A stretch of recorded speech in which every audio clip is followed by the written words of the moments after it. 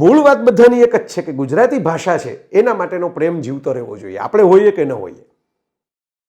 જે તમે કીધું અંગ્રેજીનો પ્રભાવ માન્ય છે, પણ સાથે આપણે લોકોને એક એ પણ વિનંતી છે કે સાથે સાથે આપણો ગુજરાતીનો જે અભાવ અત્યારે ચાલી રહ્યો છે એ ન હોવો જોઈએ.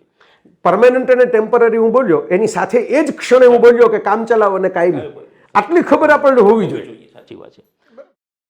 પણ જે હું કહું છું, ગુજરાતી લખતા વાંચતા માણસો બંધ થઈ જાય, ગુજરાતીમાં વિચારતા બંધ થઈ જાય, ગુજરાતીમાં વાત કરતા બંધ થઈ જાય, ગુજરાતીની વાત સાંભળતા બંધ થઈ જાય, એ તો કોઈ હોરર ફિલ્મ જેવું મને લાગે દ્રશ્ય કે ભૂતાવળ આજુબાજુ ઊભી થઈ ગઈ છે અને પ્રલય આવી ગયો છે. આ 2020નો પ્રલય તો ઠીક છે, ટેમ્પરરી છે. બાળક નાનું હોય ત્યારે તમે એના ખભે બહુ મોટો બોજ મૂકો તો આપણે વાલીઓ જ ફરિયાદ કરે છે કે ભાર વિનાનું ભણતર લઈ આવો, આવડું મોટું દફતર ન ચાલે, બહુ વજન છે, આવડા નાનકડા છોકરા ખભા દુખી જાય. તો આપણે એના માથે વધારાના માધ્યમનું વજન મૂકી દઈએ છીએ અને એ મને ગડબડ લાગે છે. કોઈ પણ બાળક છે એની માતૃભાષામાં સરખું જો પ્રાથમિક શિક્ષણ લે ને તો બીજી ભાષા વધારે ઝડપથી અને સહેલાઈથી શીખી શકે છે. તો પ્રાથમિક શિક્ષણ માતૃભાષામાં હોવું જોઈએ. એના આગ્રહ પાછળ વિજ્ઞાન છે, કોઈ જડતા નથી. હું ગુજરાતી છું માટે હું કહું છું એવું નથી, હું માતૃભાષા શબ્દ વાપરું છું. એવું નથી કીધું પ્રાથમિક શિક્ષણ આખા ભારતમાં ગુજરાતીમાં કરી નાખો. એટલે આ વસ્તુ બહુ જ વૈજ્ઞાનિક રીતે સમજવા જેવી છે મિત્રો, કે માતૃભાષામાં શિક્ષણ છે એનું મહત્વ એ છે કે સરસ રીતે ભાષા પચે, જેને આપણે પાયો એટલે ફંડામેન્ટલ્સ અંગ્રેજીમાં કહેવાય, ઉર્દુમાં બુનિયાદ કહેવાય, ગુજરાતીમાં પાયો કહેવાય, એ મજબૂત થાય. અને પછી તમે જે ચણતર કામ કરો, જે નવી ભાષા શીખો.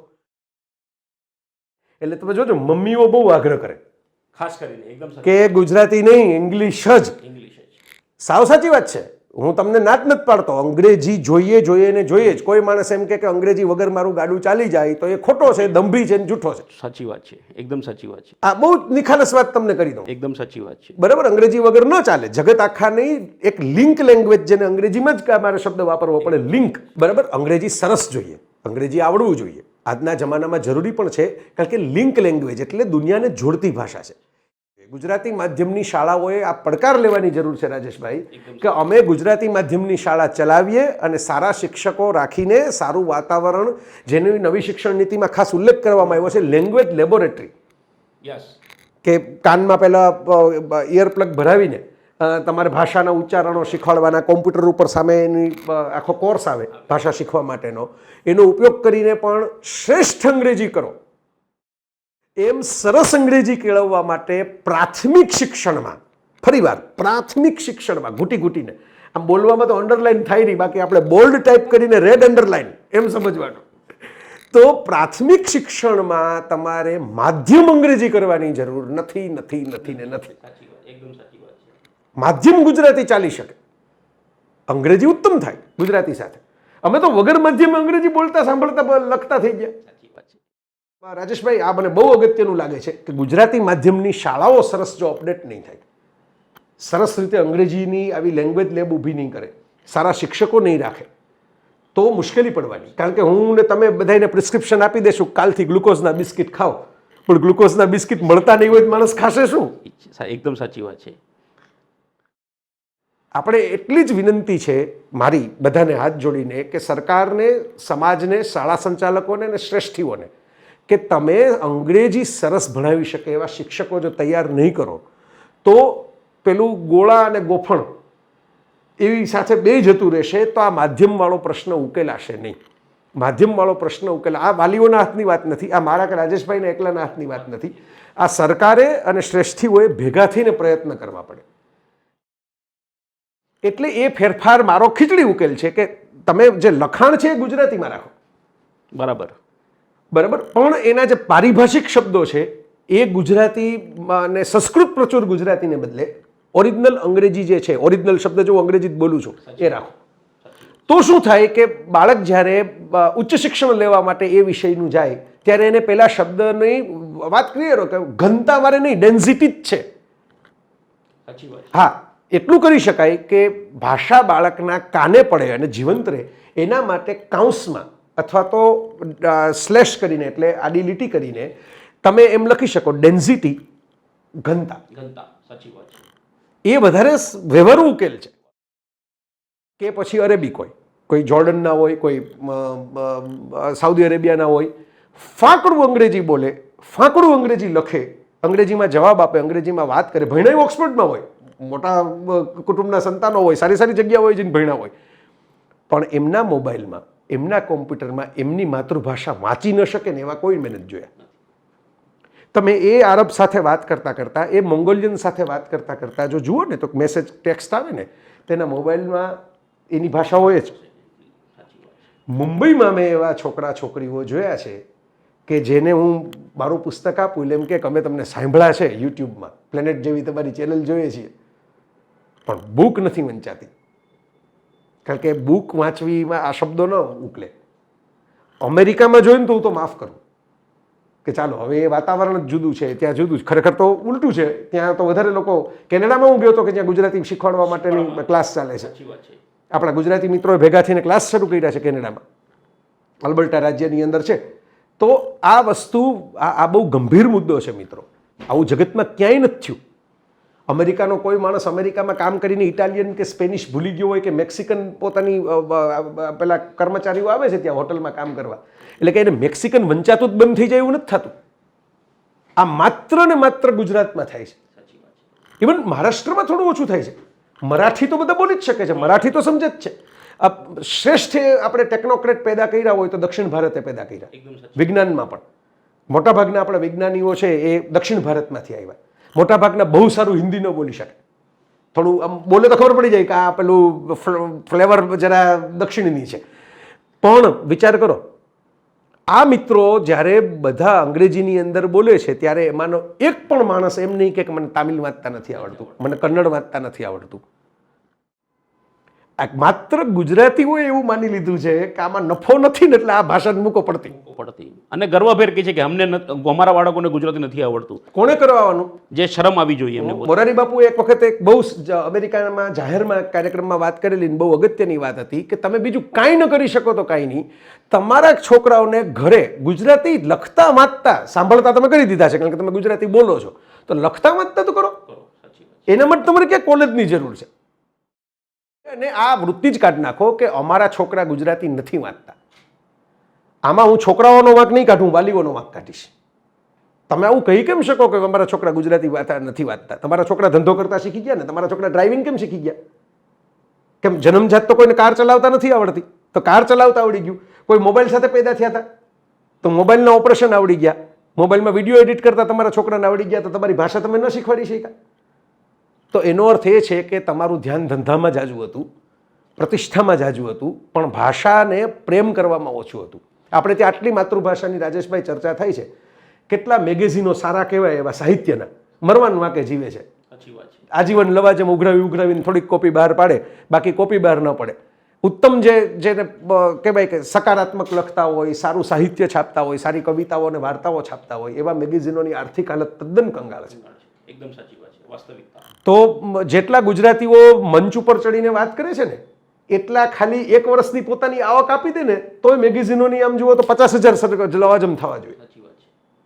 કોઈ મેગેઝિન ગુજરાતીનું અત્યારે 1 લાખ કોપીએ નથી. અને ગુજરાતીઓની વસ્તી 6.5 કરોડની તો ગુજરાતમાં છે જ, મુંબઈના તો જુદા, દુનિયામાં જુદા. તો કેમ 1 લાખ કોપી આપણે કોઈ મેગેઝિનની વેચી ન શકીએ?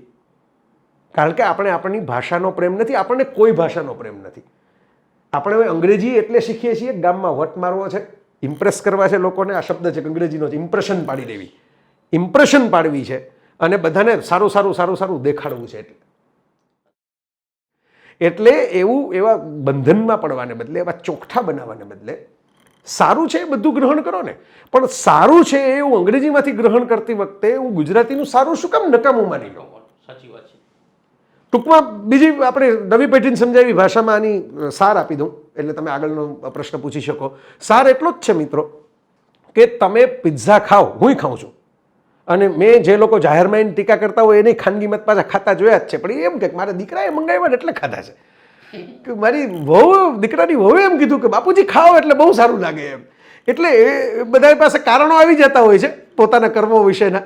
પણ નિખાલસ વાત કરું છું મિત્રો, પિઝા ખાવ એની સામે વાંધો નથી, પણ પિઝા ખાતા ખાતા તમે શીરો હલાવવાનું ભૂલી જાઓ છો ને એની સામે જ વાંધો છે. બસ આ ચેતન ભગતે પણ કહેલું છે, જે અંગ્રેજીમાં લખે છે, જેણે અમદાવાદમાં પણ ભણ્યા છે, એટલે ગુજરાતી શું કહેવાય એ ખબર છે, ગુજરાતી સંસ્કૃતિ ઉપર પણ એમને આખી એક બુક લખેલી છે. એ ચેતન ભગતે પણ કહેલું છે કે ભાષા શીખવા માટે વ્યાકરણને બાજુએ રાખો, એટલે લઘુતા ગ્રંથિ ન થાય. વાર્તાઓ પકડો, ગમતી વાર્તા, પરિકથાઓ વાંચો, બાળકોને પરિકથામાં રસ પડે. એક હતો રાજા, એક હતો રાજકુમાર. આપણે જૂની ગુજરાતી રંગભૂમિનું ગીત હતું રાજેશભાઈ, ભાભી તમે થોડા થોડા થાવ વરણાગી. તમે તો સાહિત્યના રસિક માણસ છો એટલે તમને ખબર હશે. હું અમારા ગુજરાતી શાળાઓના સંચાલક મિત્રોને એટલે કહું કે ભાઈ મારા શિક્ષકો, મારા ગુરુજનો, મારા સંચાલકો, તમે થોડા થોડા થાવ વરણાગી. આમ ગુજરાતી બિચારી બાપડી શાળા છે, ગુજરાતી શાળામાં પગ મૂકો એટલે આમ એકાદું પ્લાસ્ટર ખરી પડ્યું હોય ને એકાદ બારી છે એ થોડીક ત્રાસી થઈ ગયેલી હોય ને એવું શું કામ દૃશ્ય આપણને મગજમાં આવે? ગુજરાતી શાળા ફેશનેબલ ને સ્ટાઇલિશ, કે ગુજરાતી ફિલ્મોની હિરોઈનો સ્ટાઇલિશ નથી હોતી ગુજરાતી? તો ગુજરાતી શાળાઓમાં શું વાંધો? સરસ બનાવો ને, સરસ બિલ્ડિંગ બનાવો, સરસ રંગરોગાન કરો, સરસ ચિત્રો બિત્રો મૂકીને તમે જેમ વાત કરો, જેમ આપણે વિડીયો જોયો છે આપણા, ડિજિટલ કરો શાળાઓને. અને એવું શું કામ રાખો છો કે આપણે એમ માની લીધું છે, જો આપણા મા બાપને એક ગ્રંથિ છે કે ઇંગ્લિશમાં એટિકેટ ને સ્ટાઇલ આવે અને ગુજરાતીમાં ન આવે, કારણ કે ગુજરાતી શાળા સંચાલકોએ એટિકેટ ને સ્ટાઇલ અપનાવી નથી. એ તો તમે અપનાવી શકો, એમાં કંઈ મોટી વાત નથી. એટલે આ વિચાર કરજો કે આપણે કોઈનો વિરોધ નથી કરવાનો, પણ આપણું અસ્તિત્વ અને અસ્મિતાની ખુમારી રાખવાની છે. એ રાખો તો ગાંધીજીએ કોઈનો વિરોધ નથી કર્યો. સરસ અંગ્રેજી બોલતા, સરસ અંગ્રેજી લખી શકતા. એમનું ગુજરાતી અંગ્રેજી કરતાં નબળું હતું એવું કેટલાક લોકો કહેતા કે ગુજરાતીમાં ઓછું બોલી શકે બાપુ, પણ અંગ્રેજીમાં સરસ બોલી શકે છે.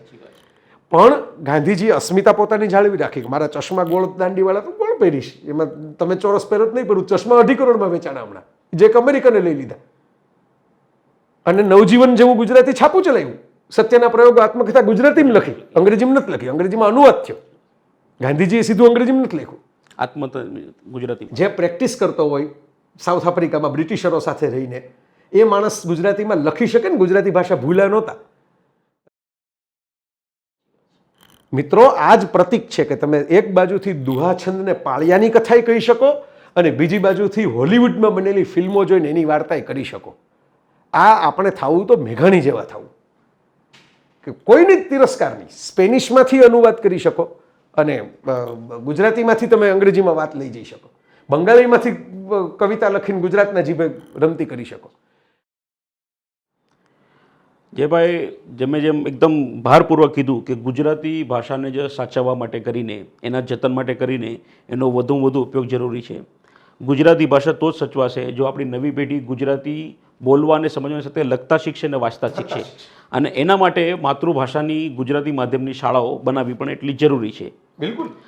તમે તમારા જે દર્શકો છે, તમારા ફોલોઅર છે, તમારા ચાહકો છે, તો આ ગુજરાતી માધ્યમની આદર્શ શાળાઓ, ઉત્તમ શાળાઓ વધુમાં વધુ નિર્માણ પાય એના માટે તમે શું સંદેશ આપશો? બિલકુલ મિત્રો, હું તો કંઈ એવો શ્રીમંત વ્યક્તિ નથી કે આખી શાળા મારી પોતાની ઊભી કરી શકું. અમારા કેટલાક મિત્રો કરી શકે, એમને ધન્યવાદ ને એમને વંદન. અને પણ હું એવું ઈચ્છું કે એવી સરસ શાળા હોય કે જેની અંદર ભાષાઓ અલગ અલગ. હું તો કહું છું ગુજરાતીમાં જ આપણે કેમ અટકી જાય છે? અંગ્રેજી ગુજરાતી, ફ્રેન્ચ પણ શીખે માણસ, જર્મન પણ શીખે, માણસ સ્પેનિશ શીખે, પણ પહેલાં ગુજરાતી શીખે. તમારે જે શીખવું એ શીખો, કેન્ટોનીઝ ને મેન્ડરિન શીખવું હોય તો શીખો, પણ પહેલાં ગુજરાતી શીખો. હું તો કહું છું ગુજરાતી માધ્યમની શાળા બનાવો ને એમાં અંગ્રેજીના ગીતો ગાતા હોય એવા વિદ્યાર્થીઓ પેદા કરો. એમાં બહુ ધાર્મિક લાગણીઓ, સાંસ્કૃતિક લાગણીઓ દુભાવવાની ચિંતા ન કરો. એને તો માણસને શ્રદ્ધા બેસશે કે મારો છોકરો આમાંથી તો પોપ સિંગરે થઈ શકશે ને વિડીયો ગેમનો પ્લાનરે થઈ શકશે. એટલે આવી નવી પ્રકારની ગુજરાતી શાળાઓ માટે સરકાર સૌથી પહેલાં પહેલ કરે, કારણ કે સરકારની મંજૂરીઓ અને પ્રોત્સાહન વગર આવું ટકી ન શકે. પછી લાંબા ગાળે આપણે જે વાત થઈ કે સપોર્ટ સિસ્ટમ ગુજરાતી ભાષા માટેની, જેમ ચંદેરિયાભાઈની મેં વાત કરી, એવી રીતે શ્રેષ્ઠીઓ થોડાક આગળ આવે અને એ પોતપોતાની રીતે, આપણા ઘણા શ્રેષ્ઠીઓ પોતપોતાની સ્કૂલો બનાવે જ છે, પણ અંગ્રેજીની. ધારે તો એમની પાસે એટલા પૈસા છે કે ગુજરાતી માધ્યમની સ્કૂલોમાં અંગ્રેજી ભણાવવા માટે લંડનથી માણસ બોલાવી શકે. તો ફરીવાર સરકારને પહેલી વિનંતી, શ્રેષ્ઠીઓને બીજી વિનંતી, માહોલ તૈયાર કરો. ગુજરાતી ભાષા માટે તમે ફાઉન્ડેશન બનાવો, યોગ્ય માણસોને આપો. હું એમ નથી કહેતો જે ગુજરાતી કરતો આવે દરેકને પૈસા આપતા ફરો, દરેકને મંજૂરી આપતા ફરો. ચકાસો, એના માટેની પારદર્શક પદ્ધતિ રાખો કે આટલા જે પૂરા કરશે એને જ આ ફંડ મળશે, એને જ આ કામ મળશે. આના ઉપર વિચાર કરજો, મંથન કરજો અને અમલ કરવાની શરૂઆત કરજો. આપણે મંથનો કરીને પાછા ઘર ભેગા થઈ જતા હોઈએ છીએ. એકવાર ચાદર ઓઢીને સૂઈ ગયા એટલે અમલ મારી બાજુએ રહી જાય છે. તો આચરણમાં મૂકવાનો પ્રયત્ન કરજો. સૌથી છેલ્લે એક જ શબ્દ, મારી માતૃભાષા મારી જવાબદારી. મારી માતૃભાષા મારી જવાબદારી. ખૂબ ખૂબ આભાર. નમસ્તે.